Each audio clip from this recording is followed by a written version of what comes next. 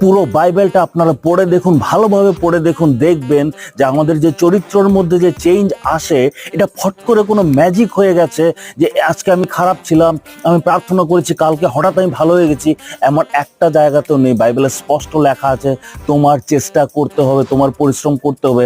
উদাহরণস্বরূপ এমন না যে ধরুন না আপনার মধ্যে রাগ খুব বেশি, আপনি প্রার্থনা করেছেন, প্রভু আমি প্রার্থনা করে নিজেকে অর্পণ করে দিয়েছি তোমার কাছে, আমার রাগকে অর্পণ করে দিলাম, তুমি আমার রাগটাকে চেঞ্জ করে দাও।